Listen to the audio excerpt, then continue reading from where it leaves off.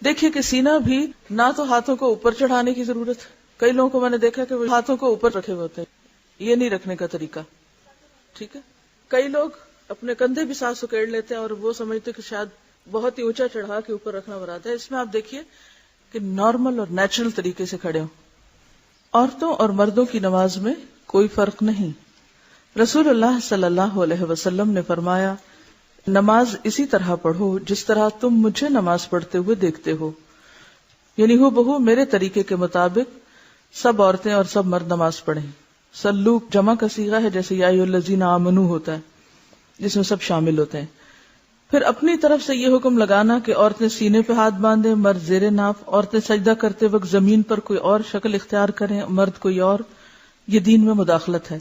یاد رکھیں کہ تکبیر تحریمہ سے شروع کر کے السلام علیکم ورحمۃ اللہ کہنے تک عورتوں اور مردوں کے لیے ایک ہی شکل اور ایک ہی ہیئت ہے نماز کی. سب کا قیام، رکوع، قومہ، سجدہ، جلسہ استراحت، قعدہ اور ہر مقام پر پڑھنے کی دعائیں یکساں ہیں. رسول اللہ صلی اللہ علیہ وسلم نے مرد اور عورت کی نماز کے طریقے میں کوئی فرق نہیں بتایا. اگر کچھ روایات ہیں بھی تو وہ ضعیف ہیں، یا زیادہ تر آپ کو ائمہ کے اقوال ملیں گے. سینے پر ہاتھ باندھ کر یہ دعا پڑھیں.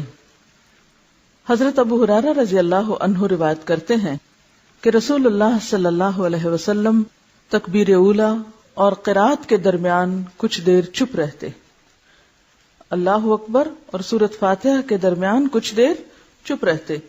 بس میں نے کہا میرے ماں باپ آپ پر قربان، اے اللہ کے رسول صلی اللہ علیہ وسلم، آپ تکبیر اور قرات کے درمیان خاموش رہ کر کیا پڑھتے ہیں؟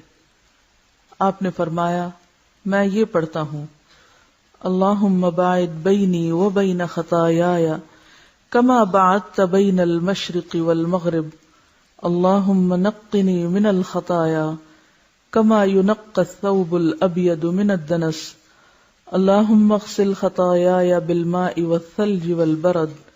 یا اللہ میرے اور میرے گناہوں کے درمیان دوری ڈال دے جیسے تو نے مشرق اور مغرب کے درمیان دوری رکھی ہے.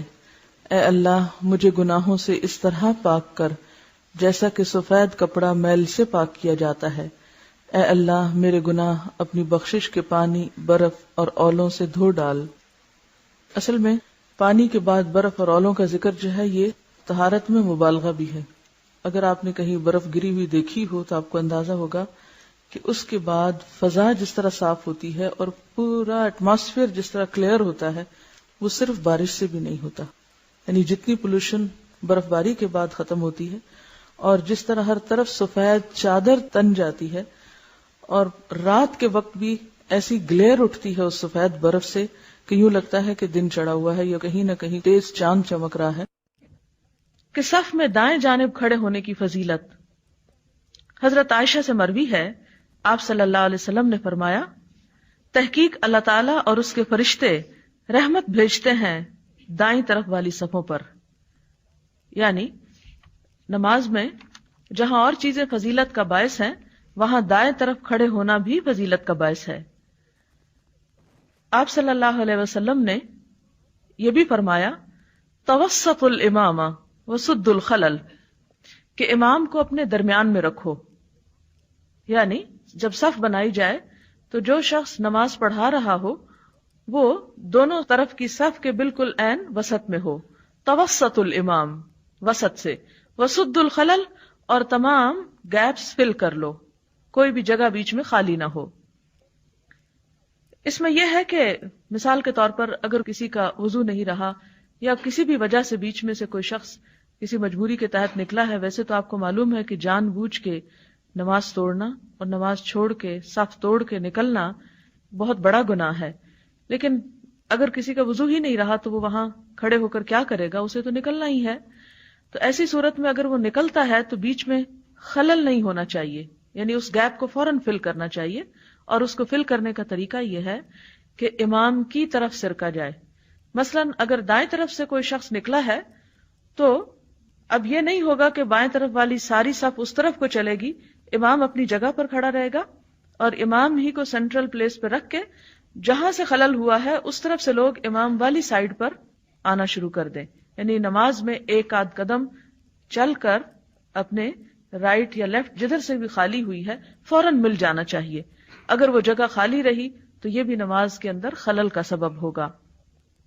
اسی طرح اگر کسی شخص کو صف کے اندر جگہ نہیں ملی اور وہ پیچھے اکیلا ہے تو اکیلے نماز نہیں ہوتی۔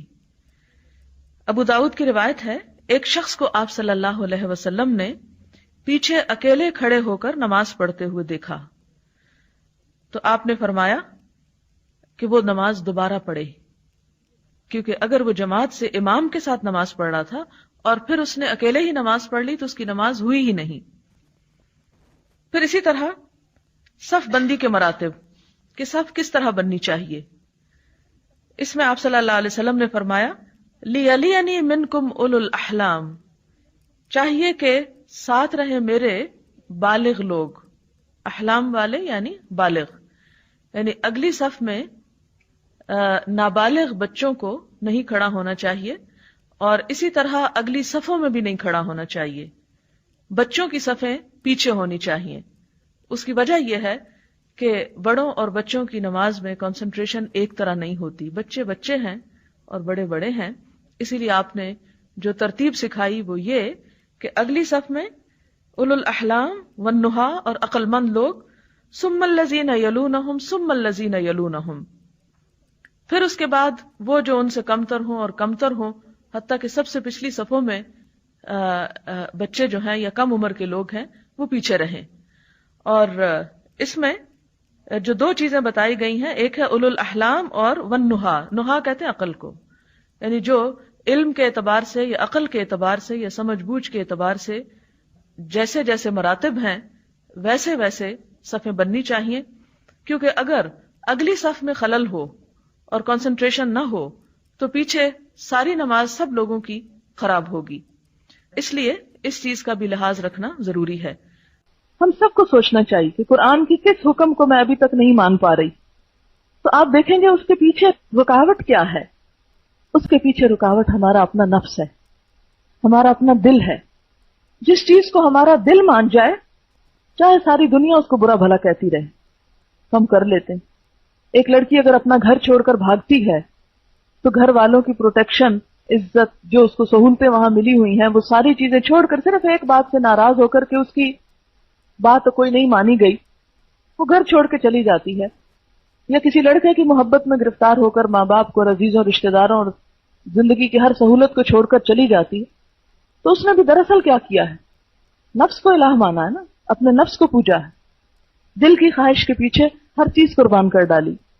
تو اسی طرح کوئی بھی ایسا کام کہ جو کتاب اللہ سے ٹکراتا ہو تو اس میں بھی ہم دیکھیں گے کہ ہم عمل اسی وقت چھوڑتے ہیں جہاں ہماری مرضی کے خلاف ہو رہی ہو کو بات، معاشرے کے خلاف ہم اس پہ بھی سٹینڈ لے لیتے ہیں، اپنے والدین کے خلاف اس کو بھی چھوڑ دیتے ہیں، سب کو ہم چھوڑ سکتے ہیں، لیکن سب سے مشکل ترین امتحان، سب سے سخت ترین امتحان اپنے دل کی مرضی کو چھوڑنا ہے، سب سے سخت بات۔ کل ہی کوئی مجھے قصہ سنا رہا تھا کہ ایک لڑکی کا واقعہ کہ اس لڑکی کو ہر ایک نے سمجھایا، رو رو کے سمجھا، کسی لڑکے کے ساتھ بھاگ گئی اور بہت ویل آف گھرانے کی لڑکی تھی اور بھاگی بھی کس کے ساتھ؟ ایک مزدور کے ساتھ جو ڈیلی ویجز پہ کام کرتے۔ اب ظاہر ہے کہ ایک خاندانی لڑکی اور اس کے بعد کی شرافت کی پوری دنیا داد دیتی تھی کہ یعنی اتنا پائس انسان اور اتنا نیک اور اتنا، اب بیٹی جو ہے وہ کسی ایسے شخص کے ساتھ چلی گئی۔ اب آپ خود سوچیں کہ خاندان کے لیے کتنی بدنامی کی بات ہے، کتنی بری شہرت ہے۔ دادی گئی، نانی گئی، ماں گئی، دوست، عزیز، رشتہ دار، ہر ایک نے سمجھایا لیکن لڑکی نہیں مانی۔ اب آپ خود سوچیں کہ کیا چیز ہے جس نے ساری دنیا ایک طرف کروا دی، اور ایک گھٹیا سی چیز، گھٹیا اس لحاظ سے تو نہیں، نعوذ باللہ، ہر انسان باعزت اور ہر، لیکن اسلام میں جو کف ہے نا کہ آپ جس فیملی بیک گراؤنڈ سے خود ہیں ایٹ لیسٹ اتنا تو آپ کا جہاں آپ شادی کر رہے ہیں اس کا لیول ہونا چاہیے، کیونکہ بعد میں پھر بڑی مشکلات پیدا ہوتی ہیں۔ اگر وہ لیول ایک نہ ہو، ذرا نیچے کا لیول ہو، تو عموماً لڑکی اس کو اڈاپٹ نہیں کر پاتی، لیکن کسی کی نہیں سنی، جیل میں رہی، ماریں کھائیں، ہاسپٹل پہنچی، ہر کام ہوا، لیکن جو دل کی بات ہے اس کو نہیں چھوڑا۔ تو اب آپ دیکھیں، ماں باپ چھوڑ سکتا ہے انسان، چھوڑ دیے، سب رشتہ دار چھوڑ دیے، ماں باپ کی عزت قربان کی، اپنا گھر، اپنا مال و دولت، ہر چیز قربان کی، لیکن ایک دل کی مرضی پہ چل کے ایک چیز کو جو اختیار کیا تو اس سے نہ ہٹی. تو اسی لیے دل کی خواہش جو ہے اس کے خلاف کوئی کام کرنا دنیا کا سب سے مشکل ترین کام ہوتا ہے. اور جو شخص اس میں کامیاب ہو جائے، اپنے نفس کے خلاف چلنے میں کامیاب ہو جائے، اپنے دل کی مرضی کے خلاف چل سکے، وہی دراصل کامیاب انسان ہے.